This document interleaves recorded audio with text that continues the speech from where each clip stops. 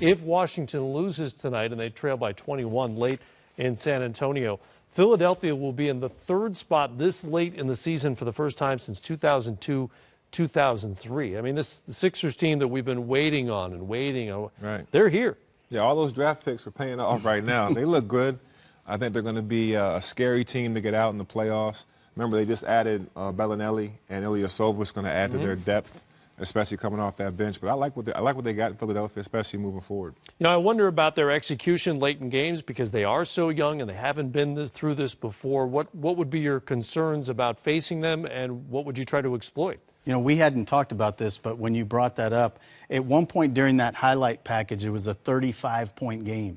And the game ends up a 15-point game. No, 14-point game.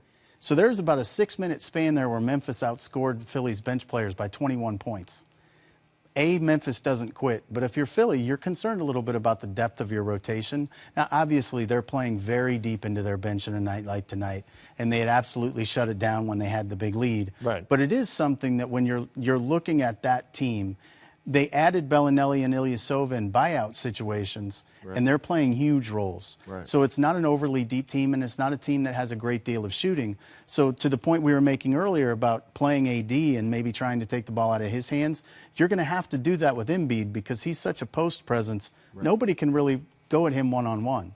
So we'll see what happens in playoff series when you have to double and then rotate in a way you haven't rotated all year. And that's a great point. We talked about it behind the scenes, about Embiid being one of the top 5 usage guys. You brought that up. Yeah. And so if you're doubling him and you're throwing it to guys like a Ben Simmons, who is a streaky, at best, perimeter shooter. Well, he's a reluctant perimeter shooter. Right. He wants to get to the hoop, make things happen.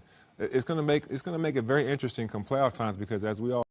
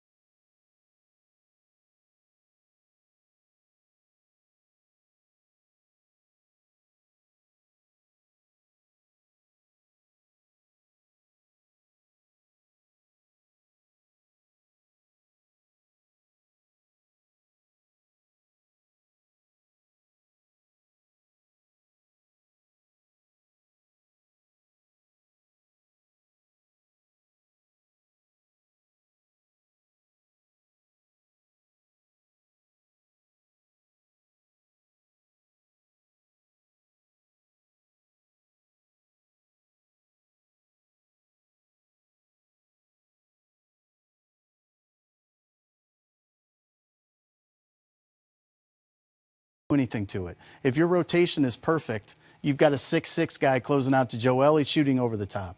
And if he's in the post, he's getting the fall away off. He's getting his jump hook off. So he's going to be what he is. I think they're going to be spending a lot of time looking at the commodities that aren't quite as known to them, I think. That would be Ben, that would be Dario. And to some degree, I think you're going to be really questioning, do we have enough shooting? Because other than J.J. Redick, there's really nobody you're going to go into the series fearing.